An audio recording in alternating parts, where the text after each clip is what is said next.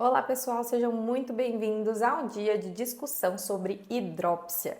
A gente vai fazer uma revisão completa dos últimos artigos e os artigos mais relevantes sobre esse tema, que vão aí de condutas conservadoras até condutas cirúrgicas. Então aqui a gente tem um vídeo com um apanhado de vários artigos, uma revisão completa sobre esse assunto, tá bom? A gente começa definindo e colocando aqui uma introdução sobre esse tema.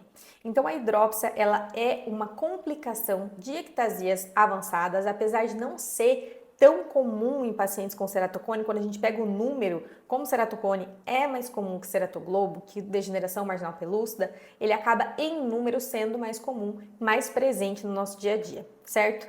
Ela é mais comum em síndrome de Down e aqui quando a gente fala de quadros bilaterais, que apesar de raro pode sim acontecer, geralmente a gente tem pacientes com síndrome de Down envolvidos, certo? Esses estudos prévios, eles trazem a informação de que os óleos com afinamento importante, ou seja, um cone avançado, elas possuem menor resistência a pio.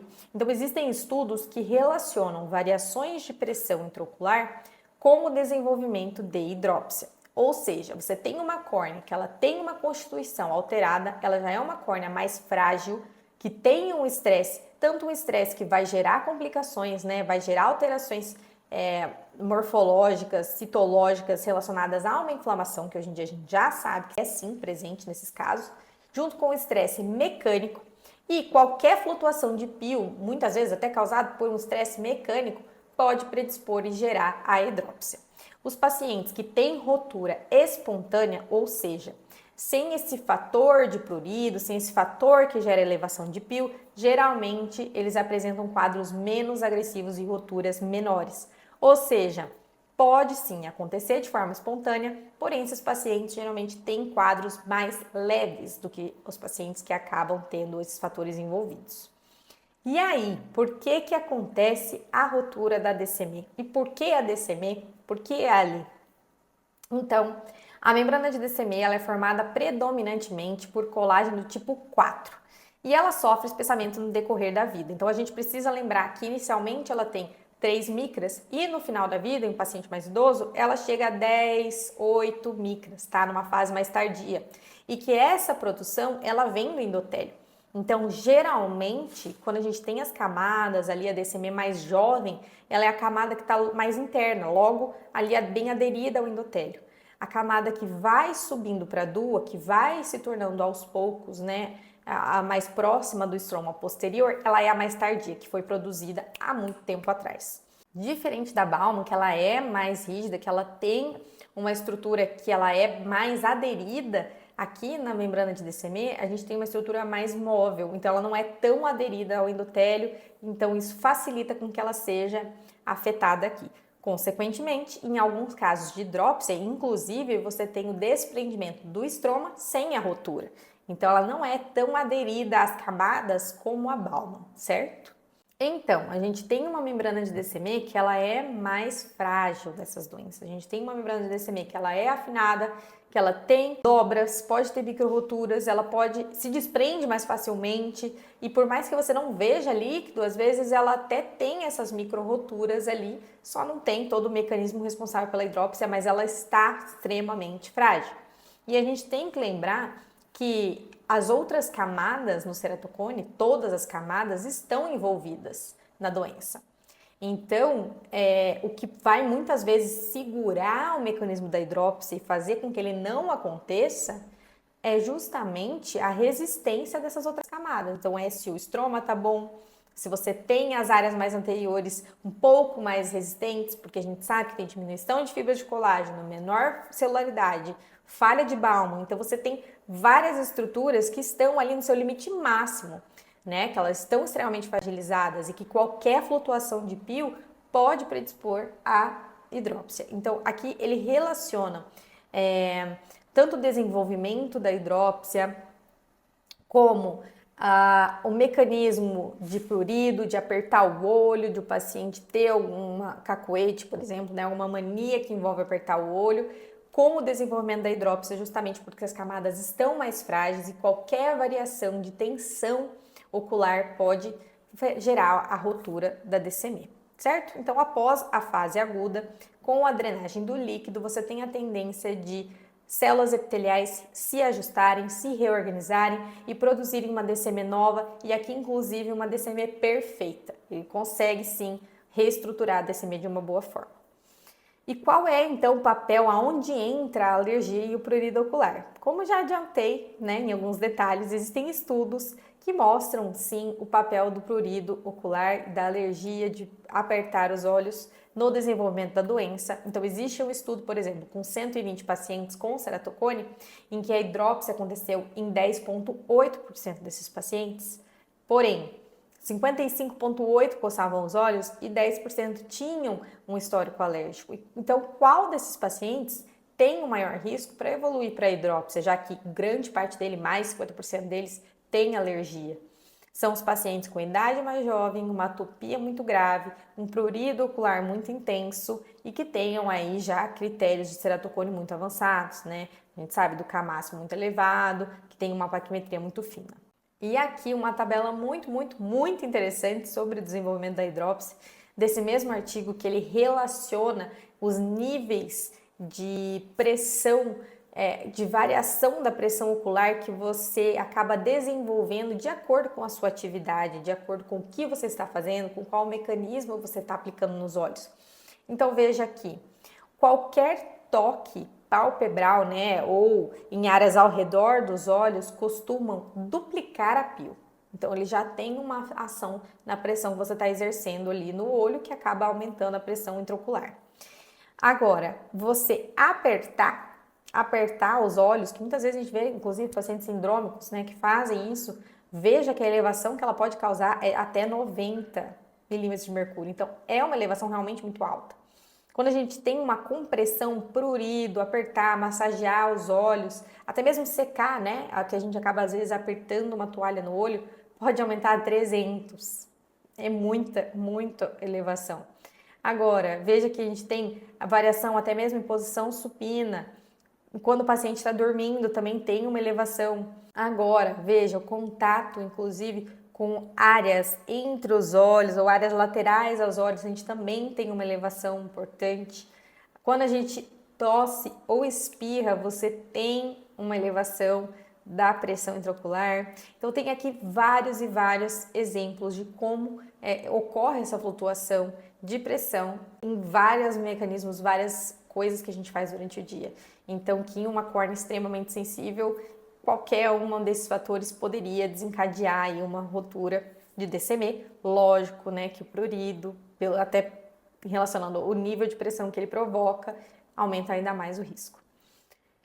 Vamos à evolução do quadro. Então aqui a gente precisa lembrar que ele é um quadro naturalmente autolimitado, mas que alguns fatores, por exemplo, os pacientes que coçam os olhos, prejudicam a cicatrização dessa córnea. Por mais que você tenha um mecanismo que tende a se fechar, rotura ir em tendência a fechar, a fibrosar, diminuir o estroma, existem alguns pacientes que a gente sabe que não melhoram em 2 a 3 meses. Nesse caso, a gente intervém. Então, a gente começa sempre com o tratamento suportivo, sempre tentando apostar nesse mecanismo autolimitado da hidrópsia. E qual seria esse tratamento? Se o paciente tiver dor, adicionar um cicloplégico vai ajudar bastante. Lembrar que hidrópsia envolve sim um quadro inflamatório, é um olho extremamente inflamado.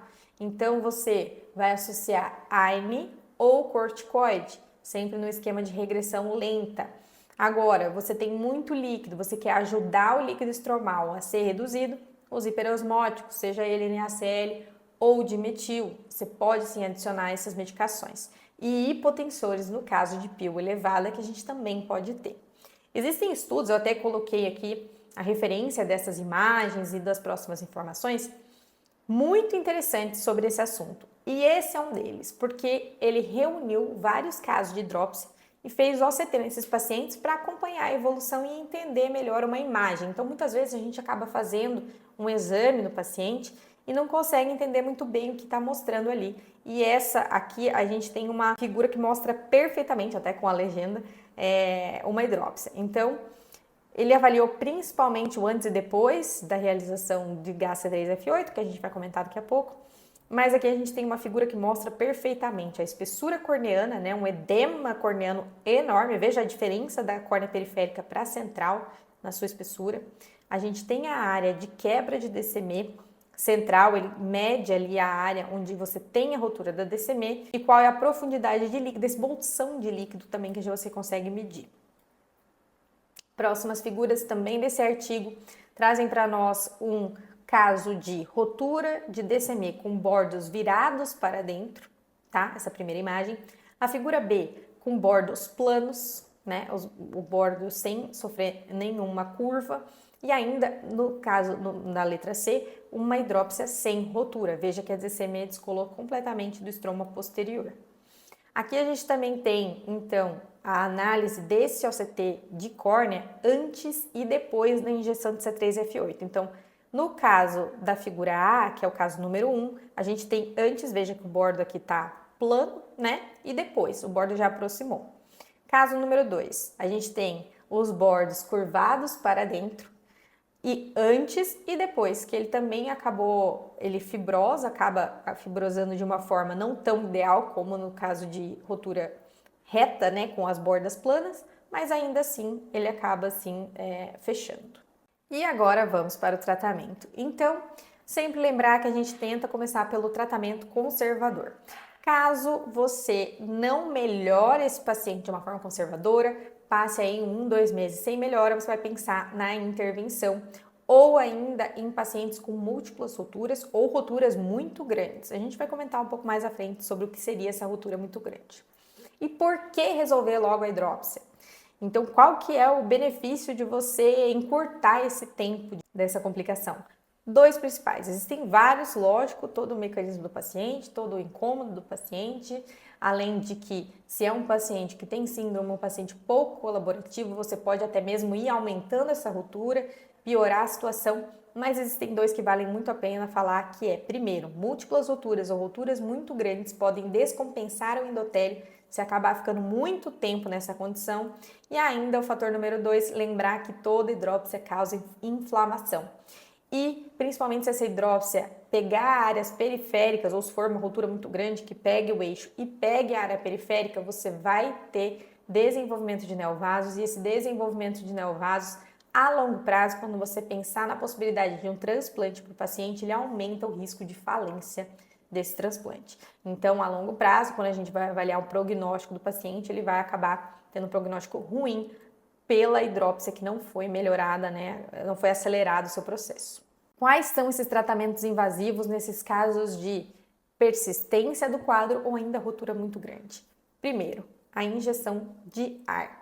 O ar pode sim ser realizado, principalmente se você tem uma rotura menor. Muitas vezes ele é feito, por exemplo, né, até mesmo num DALC que você acabou perfurando uma quantidade muito pequena em pacientes jovens por medo de opacificação do cristalino. Porém, por que ele não é o ideal? Porque ele é absorvido de forma muito rápida e ele é não expansivo. Então, você vai acabar perdendo toda essa força do ar logo nas primeiras horas depois do procedimento. Então, ele pode entrar, inclusive, no bolsão e prejudicar o fechamento. Ele não é expansivo, não é muito legal.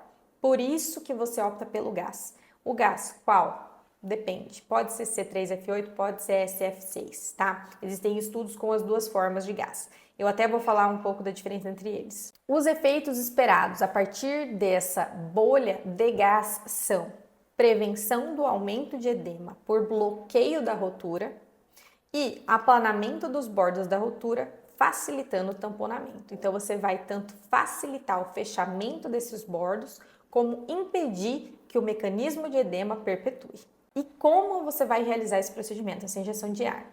Você vai aplicar a pilocarpina tópica 1%, ou pode ser feita de forma intracameral, 0,5%, tá? E vai lembrar de fazer idectomia inferior nesses pacientes. Depois, retirada de 0,2, tem lugares que fala 0,1, lugares que fala 0,2, então pode optar pelas duas formas aí, 0,1 a 0,2 ml de humor aquoso, com a injeção do gás nessa mesma quantidade. E aí o que varia entre o C3F8 e o SF6 é a porcentagem, a diluição desse gás. Então, quando a gente fala de C3F8, você vai utilizar 14%, quando fala de SF6, você vai utilizar 20%. E qual é a diferença entre esses dois tipos? Então, quando a gente fala de C3F8, a gente tem que lembrar que esse é um gás que expande 4 vezes em 4 dias. Então, ele tem uma expansão muito rápida e potente. E a diluição de 14%, que é o que é indicada, ela pode persistir por até 6 semanas. Então, ele é um gás que fica bastante no olho do paciente.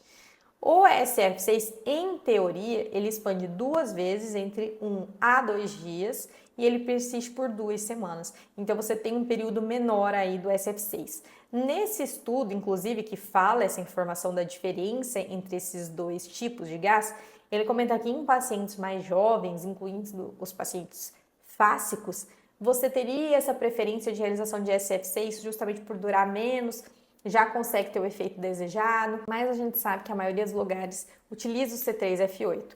Eles até fazem uma crítica do C3F8 também, falando sobre o potencial dano endotelial que pode causar esse gás. Mas os dois têm bons resultados aqui no tratamento da hidrópsia. Então, lembrar que qualquer aplicação de gás em câmara anterior pode desenvolver bloqueio pupilar, catarata, glaucoma maligno e perda endotelial. Então, apesar de ser um bom procedimento para a resolução de hidrópsia aguda, ele pode ter essas complicações, então você tem que acompanhar muito bem o paciente. Segunda possibilidade de conduta, suturas de compressão. Então, aqui a gente vai fazer suturas ao redor da área de rotura para encurtar o espaço, tanto o bolsão, porque você acaba comprimindo o bolsão de líquido, como você encurta o espaço entre as duas abas da rotura de DCM, certo? Então, ela pode ser realizada de forma isolada ou em associação com uma bolha de gás. Inclusive, esse estudo ali, que tá essa foto, que foi retirada essas informações, ele cita que você associar o gás com uma sutura seria o ideal, é o melhor a ser realizado. E como você vai fazer? Você vai fazer de 2 a 5 suturas profundas com nylon 10 zeros de 1 a 2 milímetros de distância dos bordos da rotura. Agora, existe um estudo que saiu agora em 2024, muito interessante, que fala dessas suturas realizadas de uma forma modificada, ou seja, dependendo do local dessa rotura, você faz pontos de forma diferente. Pode ser ponto em X, pode ser ponto lateral, pode ser ponto em infinito, né, que eles falam, que é um ponto que você iria associar a 2x, por exemplo. Então, existem formas de suturas modificadas, dependendo do local dessa rotura, para melhorar o resultado, tá? Então, esse estudo ele foi publicado em fevereiro de 2024, ele avaliou o resultado dessas suturas modificadas em casos de rotura grande, que tiveram melhora de edema em 24 horas. Então, veja que essas suturas modificadas, elas são descritas agora, né? Há pouco tempo, não é uma coisa de descrição antiga. A descrição antiga é, sim, as suturas comuns, por exemplo, mas eles avaliaram o posicionamento diferente dessas suturas dependendo do local de rotura. E o protocolo de decisão cirúrgica foi o seguinte: quando você tem uma hidrópsia grau 3, ou seja, mais de 5 milímetros de rotura, ou uma piora do grau 1 ou 2, o paciente sem melhora depois de 2 semanas já de acompanhamento, e em todos os casos de rotura por degeneração marginal pelúcida. Como que elas foram realizadas? Da mesma forma que as suturas simples dos estudos anteriores. Então, injeção de gás em câmara anterior para melhor visualização e um posicionamento até estroma profundo, né, 50, 60% de espessura. E aí o que vai mudar, que é o grande diferencial desses novos estudos, é a forma. Eles estão criando um nomograma de alteração de formato dessas suturas, dependendo de onde está a rotura.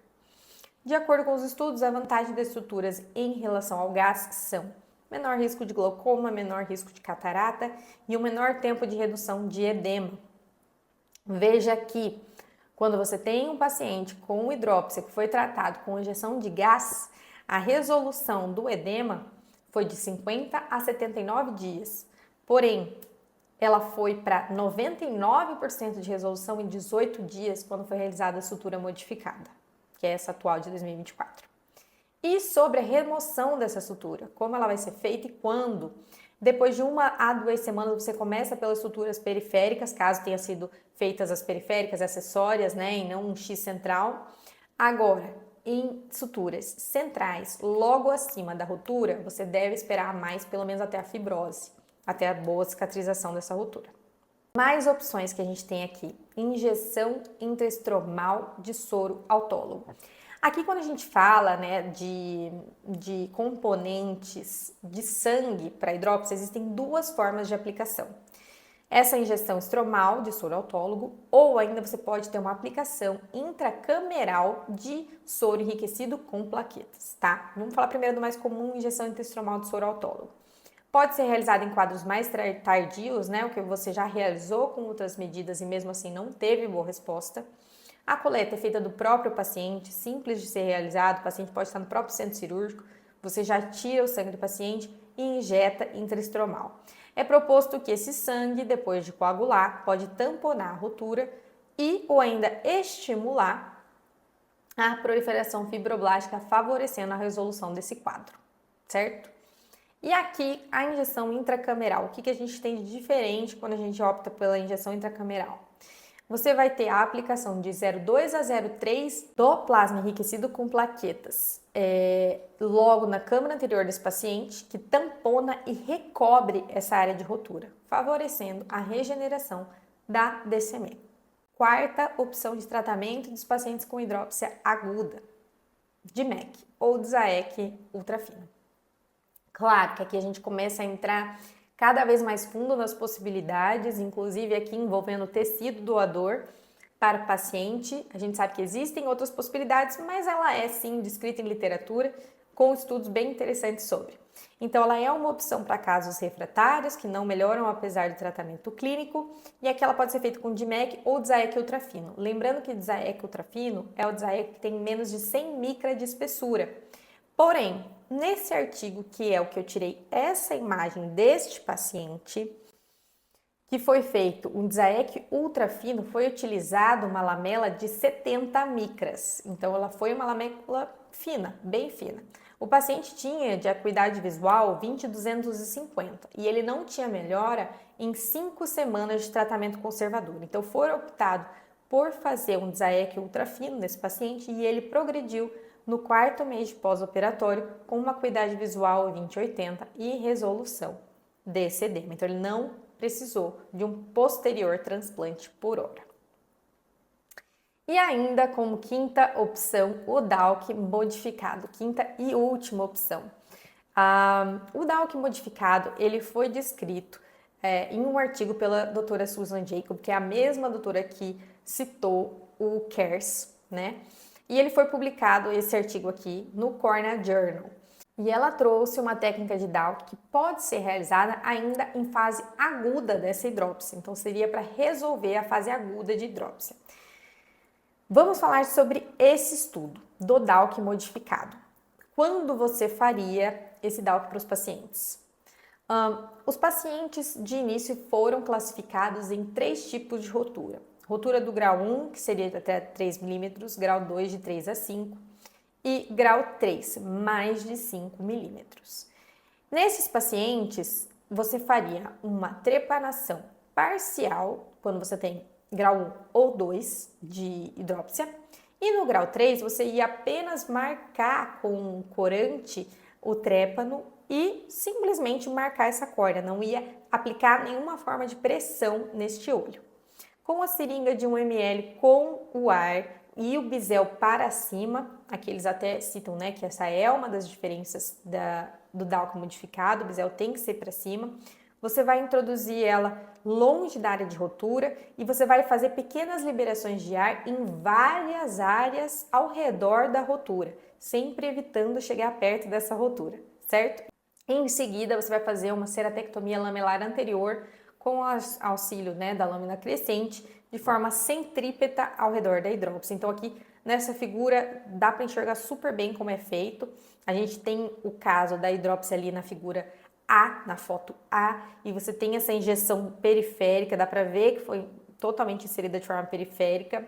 Foi realizada a ceratectomia com a crescente, dá para ver na figura B, na figura C, na figura D, e logo nessa figura D também dá para ver que eles deixaram a área de rotura para o final. E aqui também é uma observação dessa técnica, que você pode sim, inclusive é esperado, é descrito que você deixe estroma uma camada mais grossa de estroma acima da área de rotura, sempre deixando ela por último. Essa técnica foi feita em 9 pacientes. Nesse estudo aqui, eles trazem esses resultados e aqui eles comentam que desses 9, 5 pacientes tiveram o ar entrando em câmara anterior. Porém, isso não aumentou o tamanho da rotura do DCM desse paciente e, além disso, a câmara anterior ficou estável até o final da cirurgia, ou seja, foram casos de sucesso de DALK, não tiveram que converter esses pacientes, certo? Então, super interessante o DALK modificado da doutora Susan. Essas são todas as referências utilizadas para essa aula, todos os artigos que eu comentei durante a aula, durante essa revisão até aqui, e eu espero vocês na próxima revisão.